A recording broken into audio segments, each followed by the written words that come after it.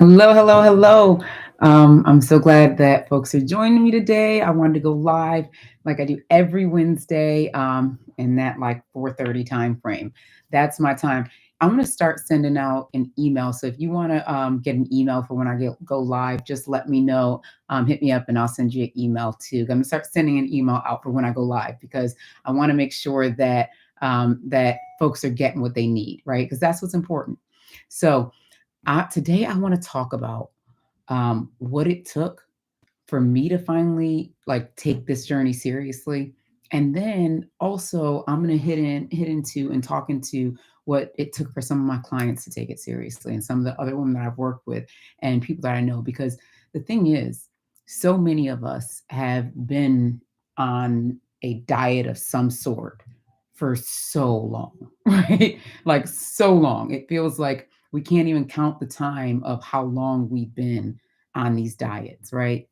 And so now we want to think, okay, been on a diet forever. What can I do? What was it that made this finally real, right? What made it finally a situation where it's like, okay, I'm going to do it now. I'm going to actually lose more than just that 10 pounds over and over again, right? Because we've all done it, right? We've all lost the 10 pounds and then picked it back up and then lost that 10 again, picked it back up. And it's just like, forget it. I can't get past this 10 pounds, right? So, what it finally takes to get past that 10 pounds. Hi, Miss Marcia. And so that's what I want to talk about today. On top of that, I want to remind you guys I do go live every Wednesday, so be sure to subscribe to my channel so that you can get notifications for when I go live, right? And also go to my website.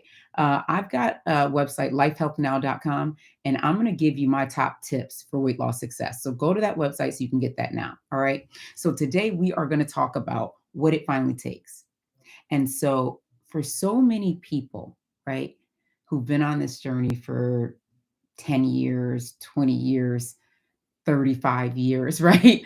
For so many of us who've been on this journey for so long, um, let's talk about like what was it that made it happen for real? Really, hey, what made it happen for real? Oh, hi, Jessica. um, anyway, so it's like as we're thinking about that, what was it that made it change? Was it that made you change? That made you think, okay, now I can do this? And so for many people, it ends up being health, right? The doctor has now said you're pre diabetic, or you actually are diabetic, or you have high blood pressure, high cholesterol, whatever that is, right? And for many of my clients, that's happened. Or maybe they lost someone due to having those ailments of high blood pressure, high cholesterol, or type 2 diabetes, right? And so because of that, it's like now they feel like, okay, now they have to take care of their own health because they've hit that point where it's just like, I can't do this any longer. I can't play this game of up and down anymore. I've got to make it happen. I've got to change. I've got to do something. This is serious and this is real now, right? And so when that happens, they go for it. They try. Here's the difference though. Here's the big thing, right? We try. And I tell the ladies in my in my program this all the time. All the word try, all it means is I don't really believe that I'm going to do it. I'm not really going to do it. I'm going to try, right? And so when these things happen, we've got to decide in that moment that you've got to decide in that moment that you believe you can do it, right? You've got to decide it's not just, oh, I'm ready. Because how long have we been ready, right? I was ready to lose weight from the time I was 8 years old on my first diet. I was ready. But did I believe that I could? That's where that difference lies. So I'm going to tell my story really quickly of what happened with me. And I talked a little bit about this last week on our live. Um, and I'm actually going to do a whole video where I go into it even in more detail. But today I want to kind of hit on mine so then you can start thinking through, are you at that level, at that point yet? And what's it going to take for you to get there? So for me, it was three things right in a row. I can't recall if they happened like all in the same day, or if it was like 3 days in a row, or if it was like one happened the night before and one happened, the next day, right? But for me, here's what happened. I was downstairs. I was like, I think I might have been working or, hanging out with the family or something, right? I know my computer was nearby, right? So I'm sitting there, and my son, he was like 6 maybe at the time, came up and he's like, "Hey, mommy, so I want to do this and I wanted to play on the floor, but I know you can't come and play on the floor because you're just so fat. So you can't get down there." And, da, da, da. And he's just talking, and he's a little kid, so he hasn't recognized the fact that he's just called me fat, right? And he doesn't even think about it because it wasn't like he was saying it to be mean. He was just saying it as a matter of statement, as a statement, matter of fact, right?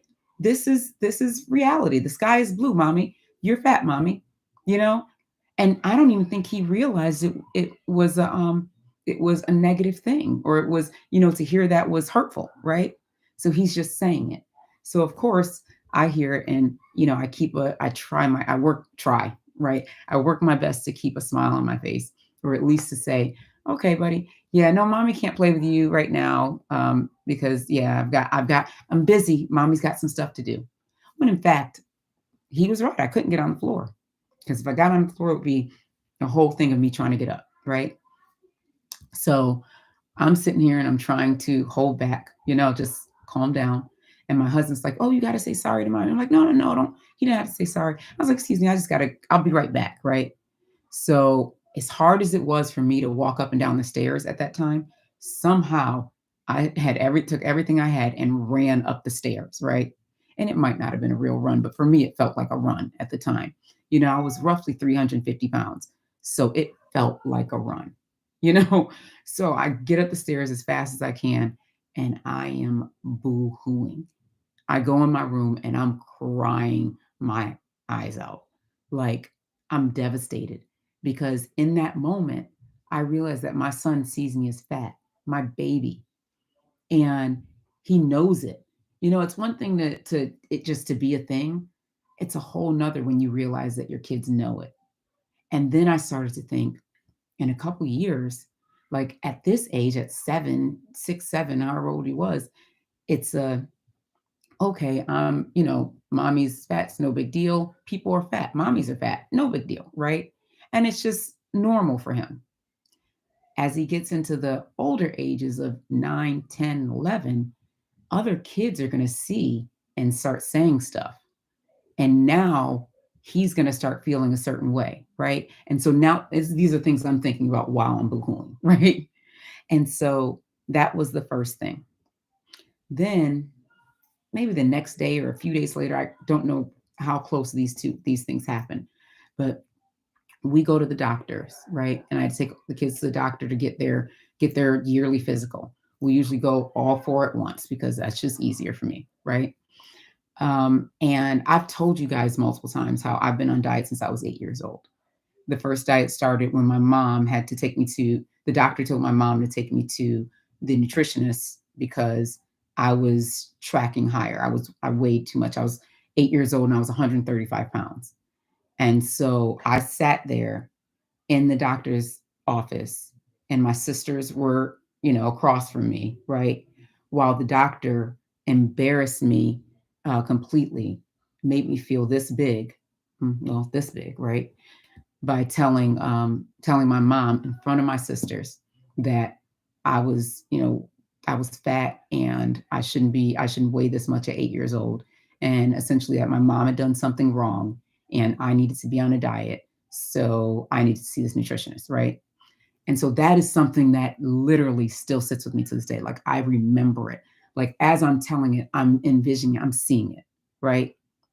So now cut to me taking my kids to the doctor. And the doctor tells me that my daughter, who she was too young to understand what the doctor was saying, she was like 2 at the time. But the doctor is telling me that my daughter is tracking high. And I literally sunk back into that moment of being 8 years old when the doctor was saying that to my mom. It felt like deja vu. And so as I felt that, I was sitting there like, oh my gosh, they're going to eventually be trying to tell me to take her to a nutritionist. And my daughter could end up in the same path that I had, being upwards of 350 pounds. And that was devastating. I didn't cry at the doctor's office. And you guys know, if this is your first time seeing me, I am a crier. I don't know. I'm that person. So it was a lot for me to even hold that in. That said, I work not to cry in front of my kids for everything, because I know that if mommy cries, they feel it. And so now they're crying and it's a whole thing. And there's 4 of them. So it's a lot. So I would hold some of that in, right? Because also in my mind, I didn't want to put what had happened to me on them. So as the doctor's saying it, and thank God my sons aren't paying attention, because, at the doctor's office, I think they are climbing up walls and everything's a rope and whatever, right? So that's what they were doing. So they didn't hear it, because I was sitting there thinking, had they heard it, now that's another conversation, right? So I'm sitting here as the doctor's telling me she should drink this type of milk and not that type of milk for my 2-year-old. She should now drink this type of milk and not that type of milk. And she should do this and do that. And as I'm looking at my 2-year-old, I'm thinking, she is not overweight. She's not even an overly chubby kid. She's just regular, like a regular kid. And I'm like, you are not about to put these stipulations on my baby. And at the same time, I do want my child to have a vision of good health. So I said, okay, all right, thank you. We left. And I thought, that's a thing, right? So my brain is like, that's number 2, right? First, your 6-year-old calls 6 or 7-year-old, I don't know how old he was, calls you fat. And now they're saying that your baby's fat, right? So we're headed home. I know this was the same day. We're headed home from the doctor, and our spot as a family at that time, and any other moms of multiple kids, you will feel me on this, right? Our go-to spot is either Costco or Target. That is it. We go all the time, right? And especially when they were little, we went all the time. I mean, like twice a week to one of those places. And so, because it was just freeing, they could do stuff, they could play. So on our way home from the doctor, we went to Target. We get to Target, we're looking at clothes, the kids are playing and stuff. And then I think he was 4 or 5 at the time, decided to run off, right? My 4-year-old son, he decided to run off. And so I'm like, get back here, and I've got the stroller, because my 2-year-old was in the stroller. My older son was pushing the cart. So I'm like, okay, we got this. And I'm like, get back here. And he's not coming. And so I'm like, shoot, get back here. So now he's not coming. So I leave my other son with the baby and my other son. So my 7-year-old is now watching 2 kids. And I go running after the 5-year-old, and I couldn't catch him. And so, mind you, I'm close to 350 pounds, and I'm trying to run. I have 2 bad knees because I have so much inflammation, right? I have my back is always bothering me. And then I have plantar fasciitis in both feet, and I'm trying to run. So as I'm trying to run, I can't catch him. He's way faster than me, still is, but he's way faster than me. And so what ended up happening is I'm screaming and trying to run. Some random person behind me came running past me and caught my son. He was on his way out the door. So 2 things that hits me in that moment is, one, everybody knows, when anybody who's a Target person, right? You know that the front door to Target is right next to the street. So my son could have easily run right out to the street. And had that happened, any car coming by could have hit him, because cars can't see little kids a lot of times. So the other thing that hit me is, what if that person behind me was a nutbag, right? What if they were the craziest person ever, or just a kid snatcher, right? Somebody who wanted to take kids. They could have run past me, grabbed my son, and kept going. Because guess what? If I couldn't catch a 5-year-old, I damn sure couldn't catch some adult that clearly ran past me. So it's just in that moment, that was it for me. That was my breaking point. I grabbed my son, hugged him, right? I could still see my other kids behind me. I hugged him and I literally cried right there in the middle of Target. And like I said, I don't normally cry in front of my kids that much, but I was done. I couldn't breathe. And in that moment, I said to myself, this can't be you. You can't do this anymore. You cannot, you can't feel like this. You can't look like this. You can't be this person anymore. Your son just told you that you can't play with him because you can't get on the ground, right? A few days earlier.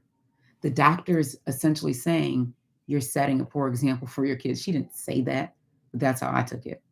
And that was the truth in that moment.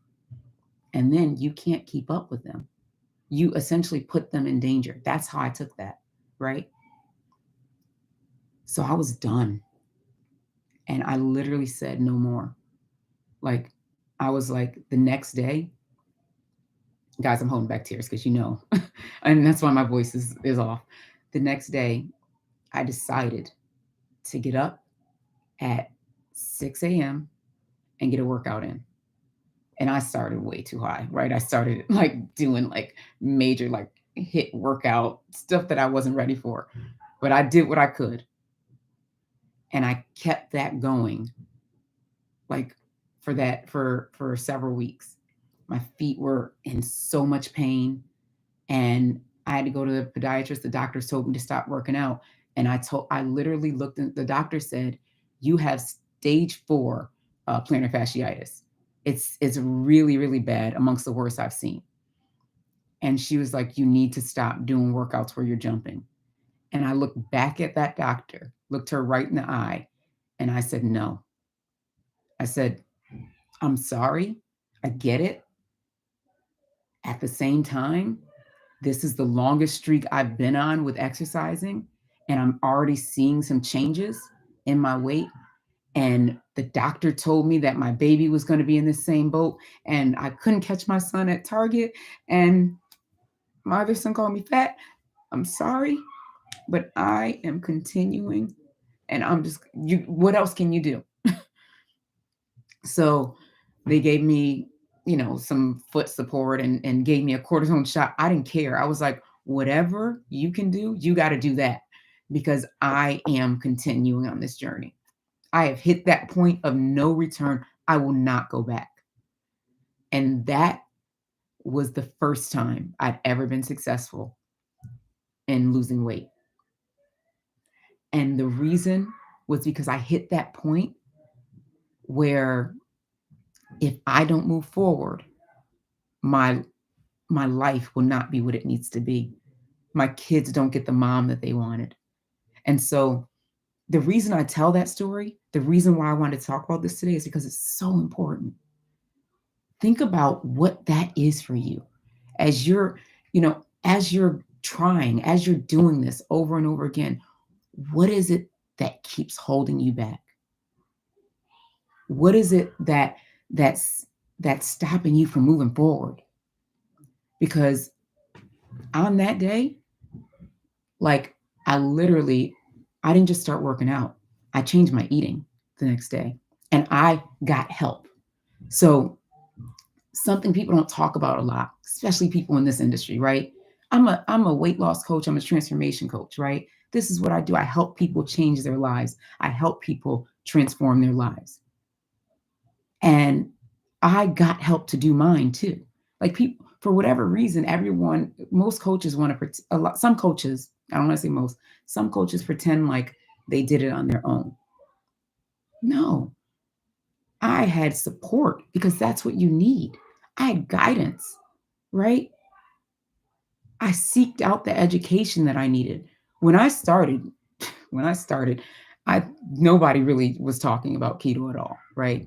So this was like 2000 into 2016, early 2017. No one was talking about keto. So I didn't know what it was. But I was just like, okay, I need to do something. And somebody said, eat less carbs. So I did that, you know, and I started doing research to understand what it was. And I also had a trainer, personal trainer. It was a boot camp, but it was a person, you know. I had someone that was at least helping me. And then I had accountability. I had a friend who she didn't even realize that she was coaching me and helping me stay accountable, but she was. And then I had my trigger. I had that thing that said, you will not go back. And so that is what we need. So think about what that is. I always say, don't allow yourself to get to that point. Ensure that you push through or you start and decide that you can do this before you get to that point. Because what happens so often is we don't believe in ourselves. We don't believe we can do it. When I talk to women every day because I don't really coach guys anymore, right? So I talk to women every day. And the question I ask them as we're talking through whether they're a fit for my program or not, whether they're a fit to be in my program where I'm going to coach them to change their lives.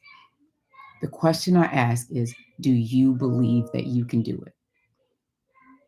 Because if you don't believe you can do it, you're not going to do it, right? That point when my son ran away from me, when I had the vision of my daughter being in this situation, and where my son called me fat, those points together gave me the belief. I knew it was beyond belief. It was like a certainty. It was like I knew that this was going to happen. I knew that I was not going to that that that person who walked into that Target was a completely different person than the person that left the Target that day. Because that was it. I was changing. Look, here she comes now. Come here, you want to say hi? I'm on YouTube. Oh, hi. Right here. And you just got back from doing what? Boxing, and on next Saturday I think this time I'm doing I'm doing basketball. Okay, yep. She's boxing and she's doing basketball, yeah. And so that's the thing, right? Now we're implementing so many more healthy activities, right? And making it fun. Our lives are changed. We do things differently now. Thank you so much. She's one of my favorite people in the world. I don't believe, but I really, really want to. You can though. And so let's think about what's going to make you believe. I want to get back to the comments because I didn't get to read anybody's comments. My daughter did the same thing a few years ago. I had to laugh, but it did burn a little bit. Yes, Marsha, you were telling me about that. Like, it's tough. That feeling of, oh my goodness, they just called me fat. My baby knows, you know? Every time I watch your videos, I get inspired. Oh, thank you so much, Michelle. I find myself today saying, it's February and nothing has changed. I was doing well and then I got COVID and lost track of my eating. How can I stay focused? Michelle, oh my goodness, Michelle, you have just hit on a topic I want to talk about. I'm not going to be able to talk about it today heavily, but it's something that I'm seeing and I'm seeing that no one's really talking about. And it's how COVID, when you've had it, like you've actually had it, how it affects the mental.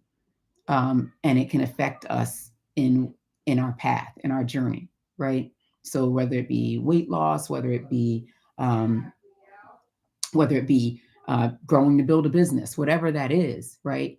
It starts to affect the mental. So I need to talk about that next week. I've been saying I'm going to talk about it. It's really important. How can you stay focused? So that's the way, right? Thinking about what it is that you need, what it is that's going to get you there.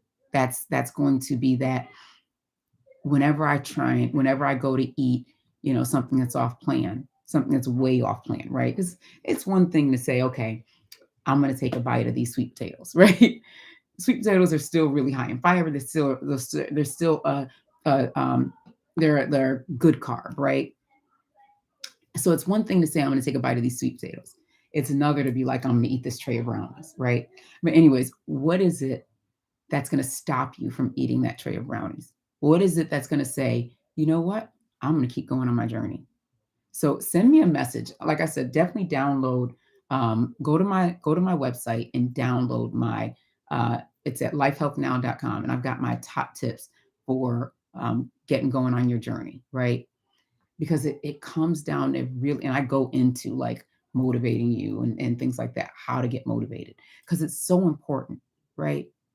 Because I don't wake up every day motivated. Today specifically, I woke up like, oh, I just don't even feel like feeling like it. Like those are the words I said, right? I don't feel like feeling like it, you know?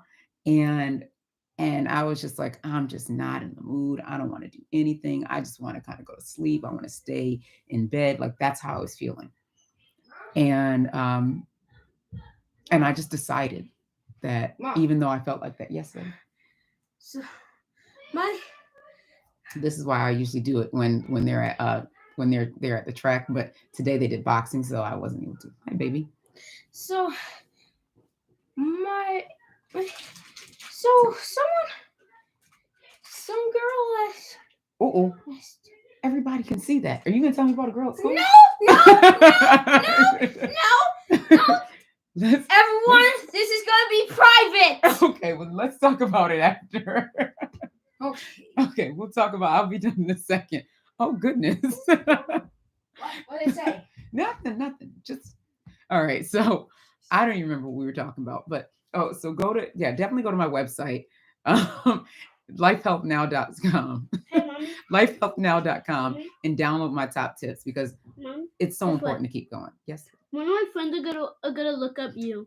Oh, really? Because I told them about it and they're gonna look it up. That's awesome. Just one, because I only told one person. Okay. So yeah, go to the website, download my top tips so you can get those. And also I'll be back here next week, next Wednesday. They'll be at the track. What I normally do is on Wednesday, they go and run and I do the live and then I come back and then, I'm on live as long as they're at the track. So today they were in the basement getting the boxing in. I actually shared that on my Instagram the other day, them boxing. They are so cute and they're good at it. They throw some good punches. So I'm also going to start sending to anybody who downloads my what is it? Oh, who goes and gets my top tips for weight loss success, which is on my website right now. I'm going to let you know when I'm going live because I think I want to make sure you guys are here so you're getting this. But yeah, this has become so important. And I know I love boxing too. It's a lot of fun. It's a lot of fun. Actually, they box on this boxing guy thing that I got 15 years ago. It was just one of the things, right? If you're anything like me, it's one of the things that you got that was going to help you, on this journey, right? So it was one of the things. I got a boxing guy. I got a boxing guy. I got a bicycle. I got all these things. Didn't use any of it, right? Until until I got serious, until I finally believed, right? So if you know what I would love for you guys to do, either comment here or send me an email and tell me what you need to do to become serious, to believe that you can truly do it. Because I want to know what it's going to take. Because once you have an idea of what it's going to take, then you can actually do it. You're more likely to do it. I got a trampoline too. Jessica, I got a trampoline too. So I'm telling you, I got it. I had it all. And now the trampoline sits in our living room and the kids go, and I got the trampoline way before the kids were born. Now it sits in our living room and when they were homeschooling, during all the crazy COVID, they would go in and jump on the trampoline like in between classes or breaks or whatever. And now they'll just randomly take turns going and jumping on the trampoline. So it's just a mini trampoline, but they hop on it, right? Then we got the boxing thing. I got a bike. I got a Pilates machine. I got, like, you name it, I got it, right? And then if you ever go on my Instagram, right, check out my stories. A lot of times I'll show my gym in the basement that it's changed now. It's actually, it's a different gym now than it was back then, but it was ridiculous. I had so much stuff that I was not using. Um, and now though, I do use, I use the bike, I use my different dumbbells and stuff, treadmill collecting dust. Yep, exactly. And that's what we do, right? And at the same time, when, send me a message, Michelle, because when we start working to truly believe that you can do it, when you start to truly believe you can do it, that treadmill won't have dust on it anymore. I had a bike, and actually in my videos where in my first journey video, how I lost the weight, that video, right? In that video, I show myself on the bike, and it was a recumbent bike. I got that bike uh, before I got pregnant with my son, like the year before I got pregnant with my first son, right? And I was just riding that bike for all of 3 days. And then it sat there. And I remember that bike was like $500 and it sat there for at least 10 years.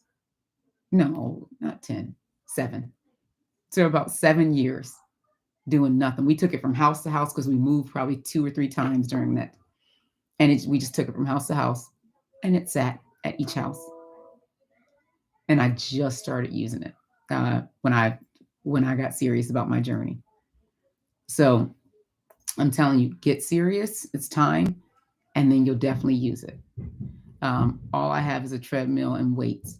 Do you have any videos to maximize my treadmill workout? Yes, you can definitely maximize a workout with treadmill and weights. All you really need. Okay, so much of the time on my journey, and even now, all I use is my bike and weights. It's no longer the recumbent bike, which I miss so much. I wish I hadn't gotten rid of my recumbent bike because I got a spin bike now. It's similar to a Peloton, but I didn't get a Peloton because I didn't love the idea of the Peloton. But it's similar, and my butt is hurting all the time. I wish I had my recumbent bike because my butt didn't hurt, and I still got the same workout. So I would say to anybody, get a recumbent bike if you can. Let me see. I had a bike, hated the way it made my behind hurt. Yep, exactly. The burn it is not a game. So I would say, yeah, definitely. If you can get a recumbent bike, get one. That's my favorite bike. I even thought about, honestly, trading this one in. This one was really expensive. So it was the same price as the Peloton. So it was expensive, right? And I was like, man, I want my recumbent bike back. And I said to my husband, what if I just, trade this one in for a recumbent bike? And he was like, after you act like you just needed that bike so bad, now you want to trade it in? I'm like, come on. But yeah, I love my recumbent bike. That said, let's not use it as an excuse, right? Yeah, the butt is going to hurt. After a while, gets a little used to it. Still hurts a little bit. You get used to it and you can keep riding it, right? The same way I kept jumping through the pain of the plantar fasciitis is the same way we can keep riding that bike through a little bit of butt pain. And if your butt starts to hurt, get up and ride, right? You can sit up and ride, get up and ride, and then sit back down when it don't hurt as much. I'm telling you, like there are ways. So you definitely want it because when it comes down to it, and I'm going to talk about this more next week. Next week, I think the whole call might be on this call. The whole live might be on this. But when it comes down to it, I know I was the queen of making every excuse, any excuse I could make, right? To miss the workout, to, eat, oh, well, it's somebody's birthday. I can eat this, eat that, right? And like I said, after those three points, which I'm confident God put that in my life for it to happen. After those 3 things, the excuses were gone. I was working through plantar fasciitis. My feet were killing me. I told that doctor, just shoot me up with cortisone. I can't believe I said it. It was like as if I was an NFL athlete. Just put the cortisone in there. I took Advil. I don't even take medicine. I hate taking medicine. I took Advil to make the pain go away. Right, like I'd take it like 15 minutes for my workout and then just go work out. Like I refused to make any more excuses because at that point, I knew any excuse I made would take away some of the belief that I had. And I needed to hold strong to that belief in order to achieve the goal and to be the mother I wanted to have the business that I wanted to have, to be the wife that I wanted to be, and have the life that I wanted to have. Right?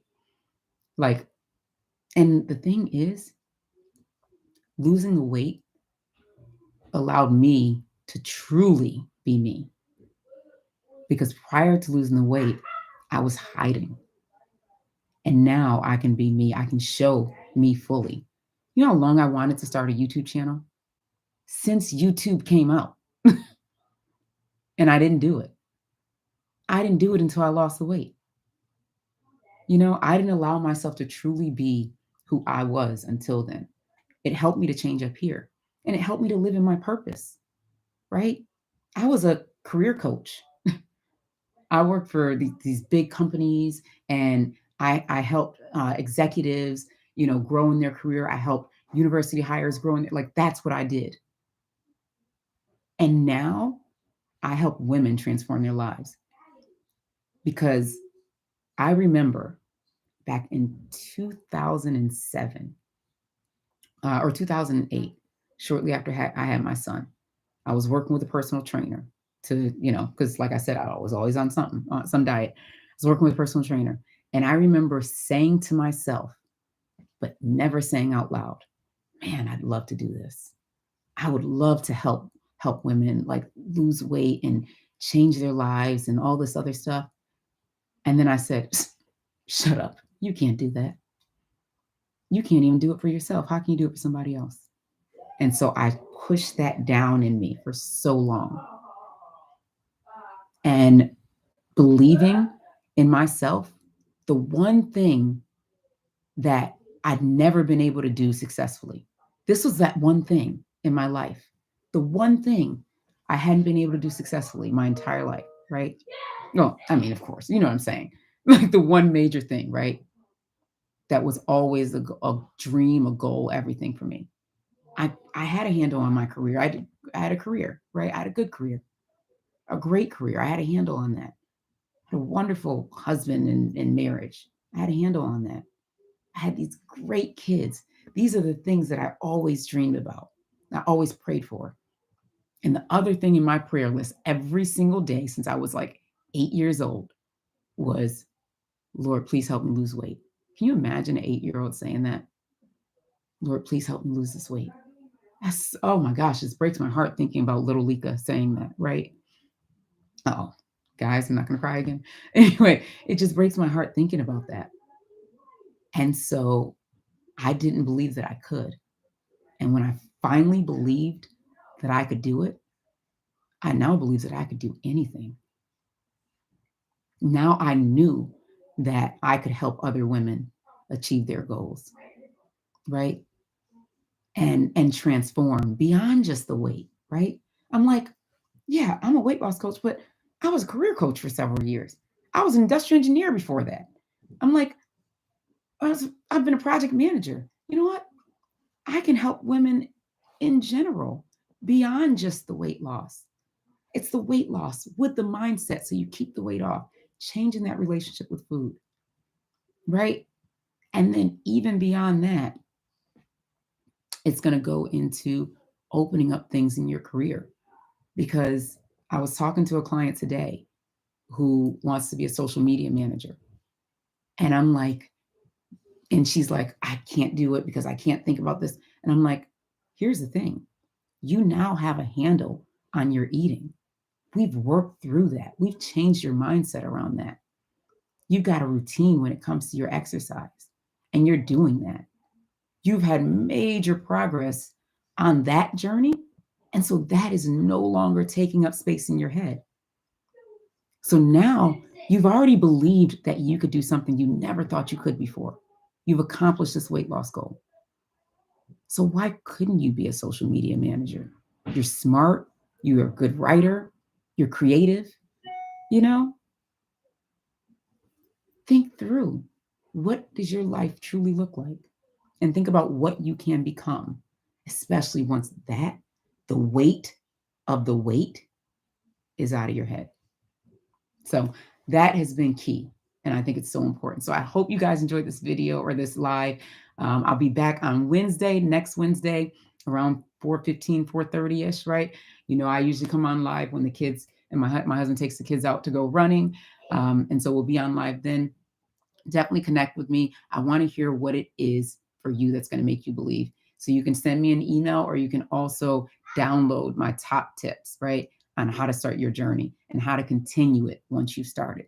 So you get that at lifehealthnow.com. All right. And let's connect. All right. Let me see. I'm really regretting eating that burger from earlier, which is how I feel all the time. Yeah, that regret. Having teens who always want to grab a quick bite, yeah, makes it hard to eat right. It's when you believe, it won't be as hard. Send me a message, Michelle. Let's chat about it, okay? Because I know that you can do this. Like, I already believe in you. And when we start talking, when we start working together, I'm going to give you some of my belief at first, and then you're going to build your belief from it too, because you can do this. All right. All right. So send me a message for sure. It's hello@ketomommymakeover.com. All right. I will talk to y'all soon, and be sure to go to in the description of this video. You can see how to contact me too. All right. I'll talk to y'all later. Have a great day. Take care, everybody. I'll see you next Wednesday.